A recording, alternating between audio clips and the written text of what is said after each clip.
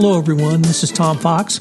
Welcome to the Converge20 podcast series, where we feature speakers and events from the upcoming Converge20. Converge is in its fifth year of bringing together the world's leading companies for 2 days of dynamic speakers, thought-provoking breakout sessions, and opportunity to connect with the top like-minded compliance professionals literally across the globe.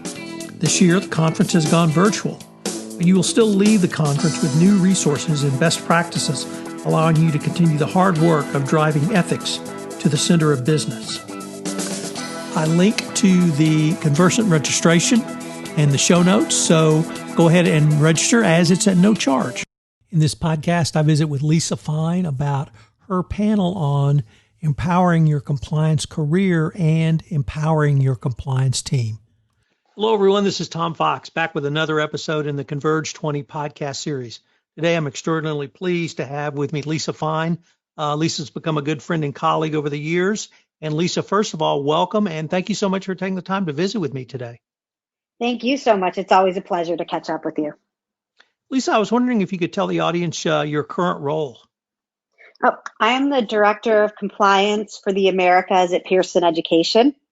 But I do have an investigation component to that. So there's some global parts to what I do. As you know, and everyone knows, ethics and compliance roles expand exponentially, especially when you love the field as much as we all do.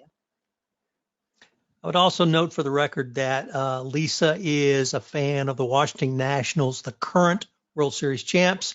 Let's just get that on the record right now.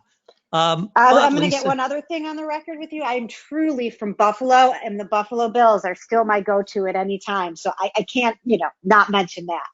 That's the 2-0 Buffalo Bills. AFC leading.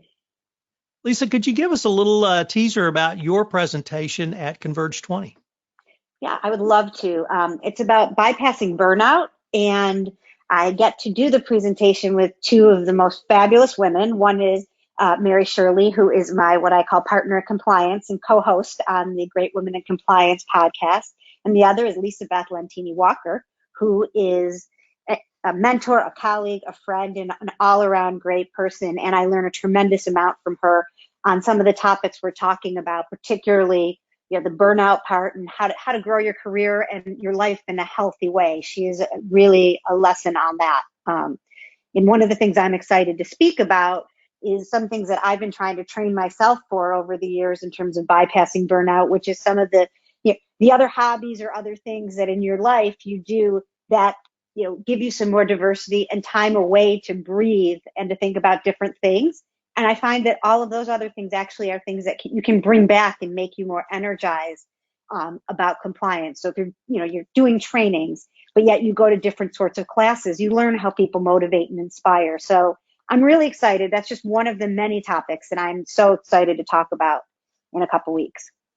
Lisa, I know a little bit about your professional background, and you've worked in big law, in private practice. You've worked obviously in-house in a corporation.